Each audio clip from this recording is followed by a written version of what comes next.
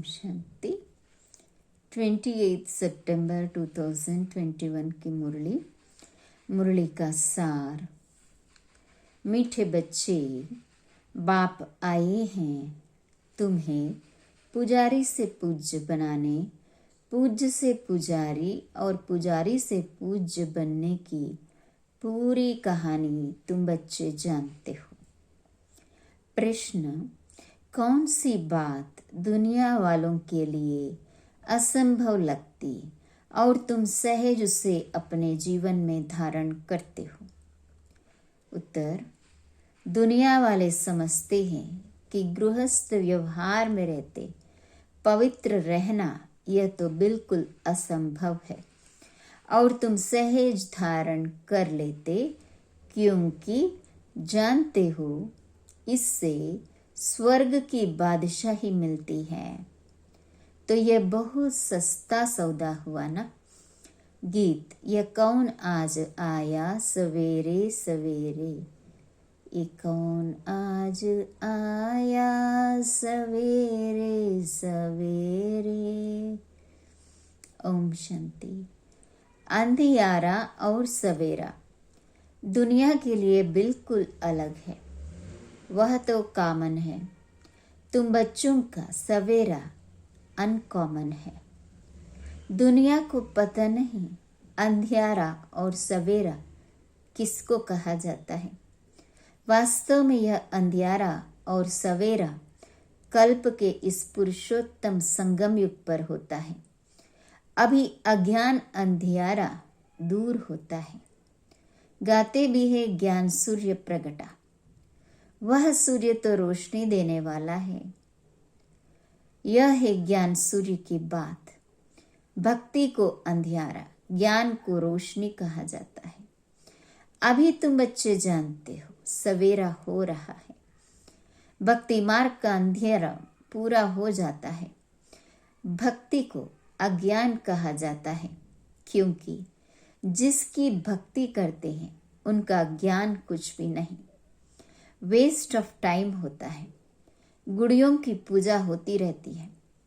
आधा कल्प से यह गुड़ियों की पूजा होती है। पूजा जिसकी करते उनका पूरा ज्ञान भी चाहिए। देवी देवताओं का है पूज्य घराना। वही पूज्य फिर पुजारी बनते हैं।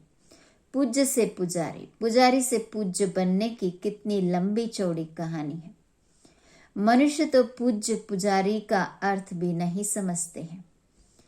परम पिता परमात्मा आते ही है संगम पर, जबकि अंधियारा पूरा होता है। सवेरा बनाने आते हैं, परंतु उन्होंने कल्प के संगम युगे के बदले युगे युगे लिख दिया है। जब 4 युग पूरे होते हैं तो पुरानी दुनिया पूरी हो, फिर नई दुनिया शुरू होती है। तो इसको कहेंगे कल्याणकारी संगम युग। इस समय सब नरकवासी है। जब कोई मरता है तो कहते हैं स्वर्ग पधारा, तो जरूर नरक में था। यह कोई समझते नहीं कि हम नरक में हैं। रावण ने सबकी बुद्धि को एकदम ताला लगा दिया है। सबकी बुद्धि एकदम मारी गई है।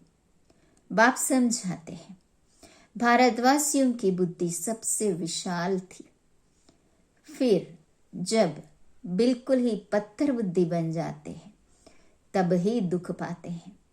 ड्रामा प्लान अनुसार बेसमझ बनना ही है। बेसमझ बनाती है माया। पूज्य को समझदार और पुजारी को बेसमझ कहा जाता है।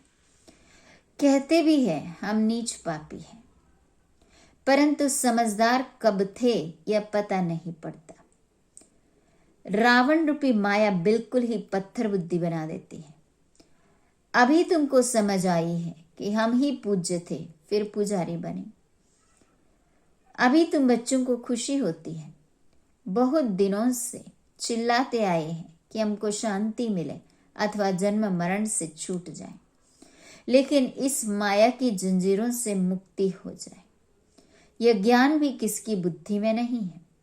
तुम जानते हो सीढ़ी उतरते आते हो। सत्युग में तो फिर भी धीरे धीरे उतरते हैं, टाइम लगता है। सुख की सीढ़ी उतरने में टाइम लगता है। दुख की सीढ़ी जल्दी जल्दी उतरते हैं। सतयुग त्रेता में 21 जन्म, द्वापर कलयुग में 63 जन्म, आयु कम हो जाती है। अभी तुम जानते हो, हमारी चढ़ती कला चपटी में हो जाती है। गाते भी है, जनक को सेकंड में जीवन मुक्ति मिली, परंतु जीवन मुक्ति का अर्थ समझते नहीं है। एक जनक को जीवन मुक्ति मिली, वह सारी दुनिया को मिली। अभी तुम्हारी बुद्धि का ताला खुल गया है। किसकी डल बुद्धि होती है तो कहते परमात्मा इनको अच्छी बुद्धि दो। सतयुग में ऐसी कोई बात नहीं। जो आत्माएं बहुत काल परमात्मा से अलग रहती है, उनका भी हिसाब है। बाप जब परमधाम में थे, उस समय जो आत्माएं उनके साथ मुक्तिधाम में रहती है, पिछाड़ी में आती है, वह बहुत समय साथ रहती है। हम तो थोड़ा टाइम वहां रहते हैं। पहले पहले हम बाप से बिछड़ते हैं। इसलिए गाया जाता है, आत्मा परमात्मा अलग रहे बहुकाल। उन्हों का ही अब मेला होता है, जो बहुत समय बाप से अलग रहे हैं। जो वहां बहुत समय साथ रहते हैं, उनको नहीं मिलते हैं। बाप कहते हैं, खास तुम बच्चों को मैं पढ़ाने आता हूं। माना जो सबसे पहले बिछड़े हैं, उनको बाबा पढ़ाने आते हैं। तुम बच्चों के साथ हो, सबका कल्याण होता है। अभी सबकी कयामत का समय है। अभी सब हिसाब किताब चुकतू कर चले जाएंगे, बाकी तुम राजभाग पाएंगे। यह बातें कोई की बुद्धि में नहीं है। गाते भी है, गॉड फादर लिबरेटर गाइड। दुख से लिबरेट कर शांति धाम में ले जाने के लिए गाइड बनते हैं, सुखधाम के लिए गाइड नहीं बनते। आत्माओं को शांति धाम में ले जाते हैं। वह है निराकारी दुनिया, जहां आत्माएं रहती हैं, परंतु वहां कोई जा नहीं सकता, क्योंकि पतित है। इसलिए पतित पावन बाप को पुकारते हैं। खास भारतवासी जब उल्टे बन जाते हैं, तब बेहद बाप को ही कुत्ते बिल्ली पत्थर टिक्कर में ले जाते हैं। वंडर है ना, अपने से भी मुझे नीचे ले जाते हैं। यह भी ड्रामा बना हुआ है, किसका दोष नहीं है। सब ड्रामा के वश है, ईश्वर के वश नहीं। ईश्वर से भी ड्रामा तीखा है। बाप कहते हैं, मैं भी ड्रामा अनुसार अपने समय पर आऊंगा। बाबा कहते हैं, बाबा से भी ड्रामा तीखा है। आज मेरा आना एक ही बार होता है। भक्ति मार्ग में मनुष्य कितने धक्के खाते हैं। तुमको बाप मिला है, बाप से चपड़ी में वर्षा मिलेगा। वर्षा मिल गया, फिर धक्के खाने की दरकार नहीं। भगवान खुद कहते हैं, मैं आकर वेदों शास्त्रों का सार समझाता हूं। पहले सचखंड था, फिर झूठखंड कैसे बना, यह किसको पता नहीं। गीता किसने सुनाई, यह भी भारतवासी नहीं जानते। भारत का ही आदि सनातन देवी देवता धर्म था। देवता धर्म वाले ही सतो प्रधान पूज्य से जब तमो प्रधान पुजारी बन जाते हैं, तब देवता धर्म प्राय लोप हो जाता है। देवता धर्म वाले ही सतो प्रधान पूज्य से तमो प्रधान पुजारी बन जाते हैं, तब देवता धर्म प्राय लोप हो जाता है। फिर बाप आकर फिर से उस धर्म की स्थापना करते हैं। चित्र भी है, शास्त्र भी है। भारतवासियों का एक ही शास्त्र शिरोमणि गीता है। हर एक अपने धर्म को ही भूल गए हैं, इसलिए नाम बदल हिंदू रख दिया है। ड्रामा में नूंद है, आत्मा ही पुनर्जन्म में आते तमो प्रधान बन जाती है, खाद पड़ जाती है। तुम जानते हो, हम सच्चे जेवर थे, अब झूठे बन गए हैं।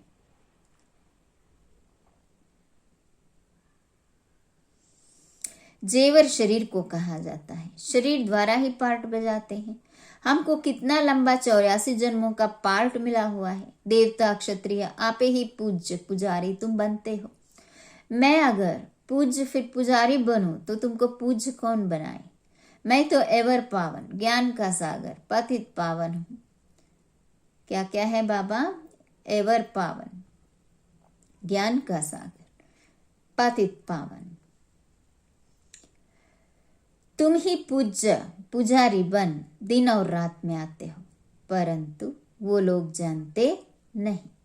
बाप समझाते हैं, दुनिया झूठी बनती जाती है। तो इतनी झूठी कहानियां बैठ बनाई है।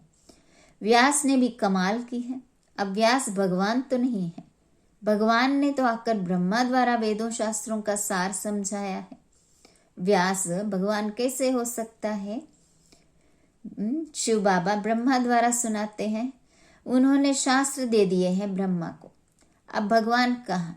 ऐसे तो नहीं विष्णु की नाभि से ब्रह्मा निकला तो विष्णु ने बैठ शास्त्रों का सार बताया? नहीं, ब्रह्मा द्वारा समझाया है। त्रिमूर्ति के ऊपर है शिव बाबा, वह बैठ सार बताते हैं ब्रह्मा द्वारा। जिनके द्वारा समझाते हैं वही फिर पालना करेंगे। तुम हो ब्रह्म कुमार कुमारियां, ब्राह्मण वर्ण है ऊंच ते ऊंच। तुम अभी हो ईश्वरीय संतान, ईश्वर के रचे हुए यज्ञ की तुम संभाल करते हो। इस ज्ञान यज्ञ में सारी पुरानी दुनिया स्वाहा हो जानी है। इनका नाम रखा है राजस्व अश्वमेध अविनाशी रुद्र ज्ञान यज्ञ। राजा ही प्राप्त कराने के लिए बाप ने यज्ञ रचा है। वह यज्ञ रचते हैं तो मिट्टी का शिव और सालिग्राम बनाते हैं। उत्पत्ति कर, पालना कर, फिर खलास कर देते हैं। देवताओं की मूर्तियां भी ऐसे ही करते हैं। जैसे छोटे बच्चे गुड़ियों का खेल करते हैं, ऐसे यह भी करते हैं। अब बाप के लिए तो कहते हैं स्थापना, पालना, फिर विनाश करते हैं। पहले स्थापना। अभी तुम मृत्युलोक में अमरलोक के लिए पढ़ रहे हो। यह तुम्हारा मृत्युलोक का अंतिम जन्म है। बाप आते हैं अमरलोक स्थापन करने। एक पार्वती को कथा सुनाने से क्या होगा? अमरनाथ शंकर को कहते हैं, उनको पार्वती देते हैं। अब शंकर पार्वती स्थूल में आ कैसे सकते, जबकि उन्होंने सूक्ष्म वतन में दिखाया है, अभी तुमको समझाया है। जगतम्बा, जगत पिता लक्ष्मी नारायण बनते हैं। बाबा यहाँ क्या करें? कह रहे हैं पार्वती देते हैं। अब शंकर पार्वती स्थूल में कहाँ आएंगे? उनको तो सूक्ष्म वतन में दिखाया है। तो जगतम्बा, जगत पिता लक्ष्मी नारायण, लक्ष्मी नारायण फिर 84 जन्म के बाद फिर जगतम्बा जगत पिता बनते हैं।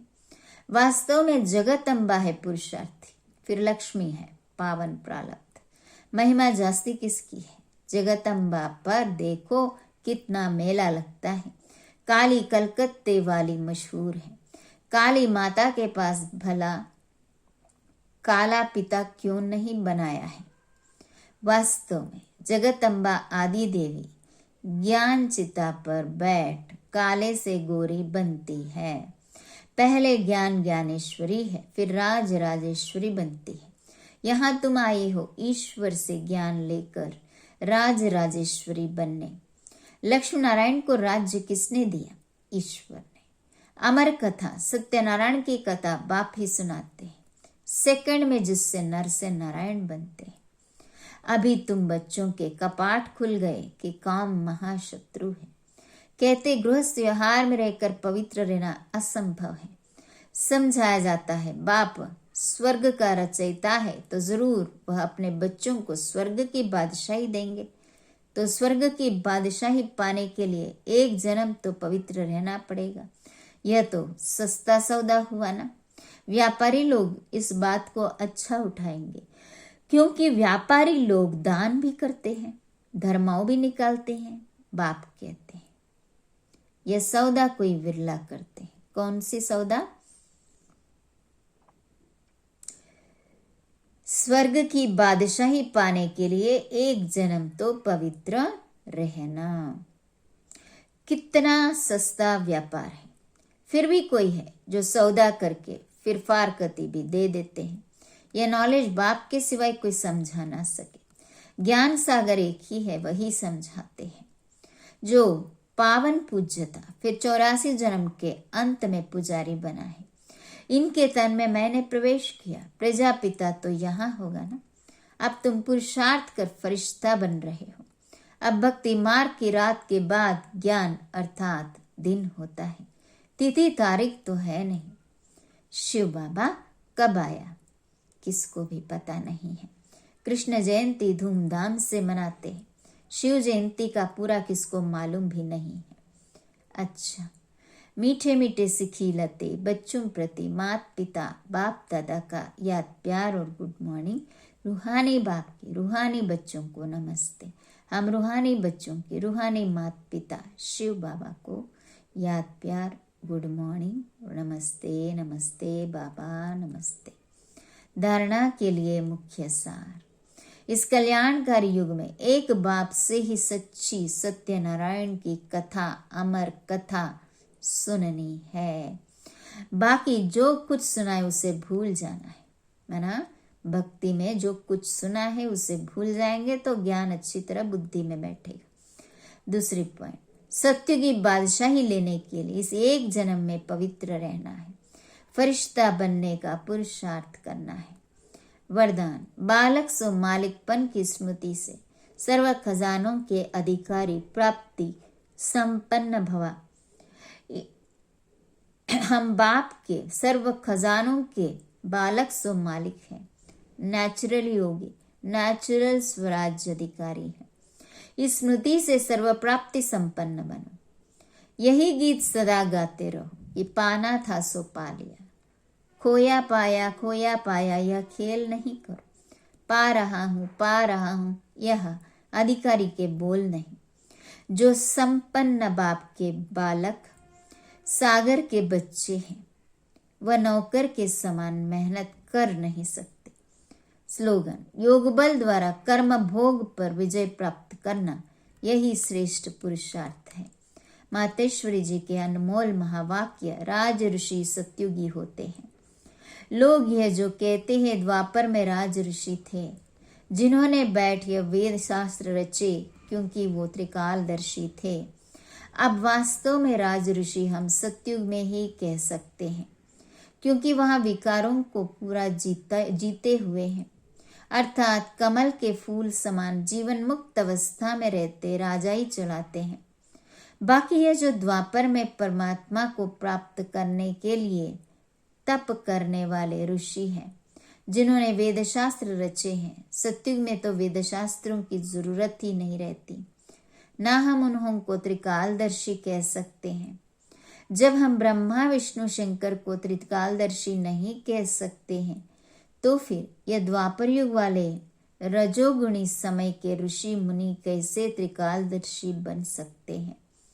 त्रिकालदर्शी अर्थात त्रिमूर्ति त्रिनेत्री सिर्फ एक परमात्मा शिव को कह सकते हैं जो स्वयं इस कल्प के अंत में आए सारी रचना का अंत दे देते हैं। वहां सत्युग में प्रारब्ध भोगनी है। वहां यह ज्ञान नहीं रहता कि हम ब्रह्मा वंशी ब्राह्मण ही सिर्फ मास्टर त्रिनेत्री त्रिकालदर्शी बनते हैं। बाकी सारे कल्प के अंदर कोई को भी ज्ञान नहीं मिल सकता है। न देवताओं को न मनुष्यों को त्रिकालदर्शी कह सकते हैं। अच्छा, ओम शांति।